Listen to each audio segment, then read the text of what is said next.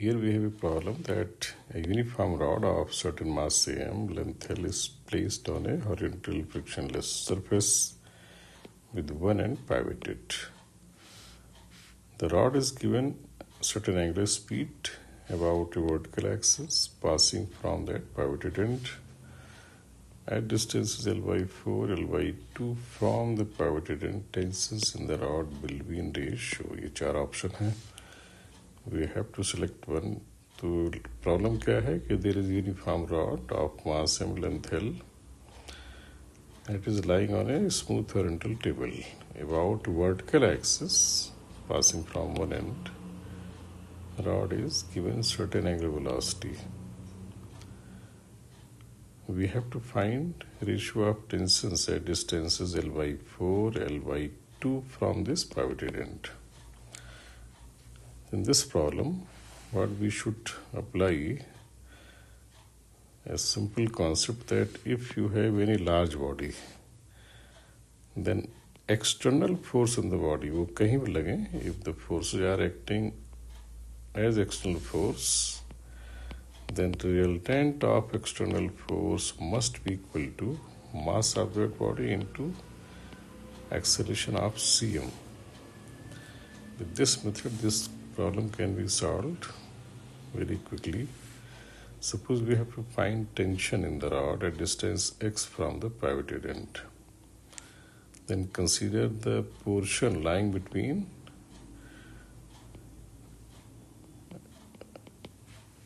that free end, lying between the free end and this distance x. And in this portion, external force is nothing but simply tension in the rod. If you can realize, this outer part is rotating only due to this tension. This tension is the only external force on this part. इसमें wait या reaction को नहीं देखेंगे क्योंकि motion में wait का कोई role नहीं है, because it is lying on A horizontal table. तो वेट टू टेबल की रिएक्शन से कैंसिल हो गया.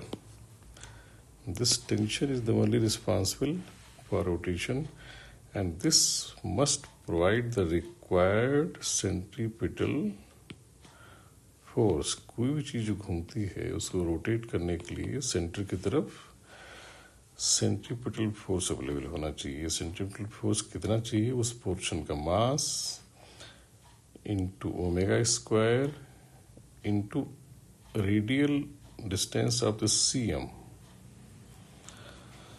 इस पोर्शन का मास क्या होगा? इस पोर्शन का मास होगा लीनियर मास डेंसिटी से lambda into L minus X. अगर एल इसकी टोटल लेंथ है,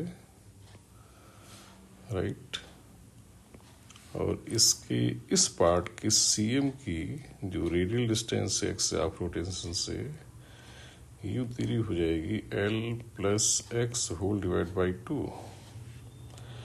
Y? Because we know that mid point of any line has half coordinate. ये एक्स है, ये एल है. तो इस पोर्शन का मिड पॉइंट जहां इस पोर्शन का सीएम होगा उसका कोऑर्डिनेट क्या हो जाएगा? X plus L divide by 2. या डायरेक्टली इसे निकाल लें, बाई सिंपल कॉन्सेप्ट. तो इस पार्ट के सीएम का एक्सेलरेशन होगा omega square into L plus x by 2, because rotating in circle of radius L plus x by 2. तो यहाँ पे एम की जगह क्या लिख देंगे? ये lambda L minus X omega square होगा आर, और जो सीएम का रेडियल डिस्टेंस हो जाएगी that will be L plus X whole divide by 2. तो टेंशन का एक्सप्रेशन यही आ गया. किस कॉन्सेप्ट से आया? बेसिकली ये इस कॉन्सेप्ट से आया कि इस पार्ट के लिए हमने एक्सटर्नल फोर्स आइडेंटिफाई किया, that is tension only. That should be equal to mass of this portion into acceleration of CM of this portion. इस पार्ट का सीएम इस रेडियस में घूम रहा है सर्किल, तो उसका एक्सेलरेशन होगा omega square into R. R ये रेडियल डिस्टेंस भी आएगी, इस तरह से निकाल लेंगे. और टेंशन का एक्सप्रेशन आ गया lambda omega square L square minus X square whole divide by 2। We have to find the ratio, तो उसमें ओमेगा और एल की हमें ओमेगा और लैम्डा की ज़रूरत नहीं पड़ेगी। तो tension eight L by 4 divide by tension eight L by 2 इसी एक्सप्रेशन में डाल के निकल आएगा। तो I think it should B 15/16 ऊपर आ जाएगा, एंड एल बाई 2 1/4, तो 3/4, तो it should be 5/4, 5:4। Yes, answer should be the first one, A. इसको इंटीग्रेशन से भी कर सकते हैं, but I think this is a simple method, इसमें इंटीग्रेशन की कोई ज़रूरत नहीं है।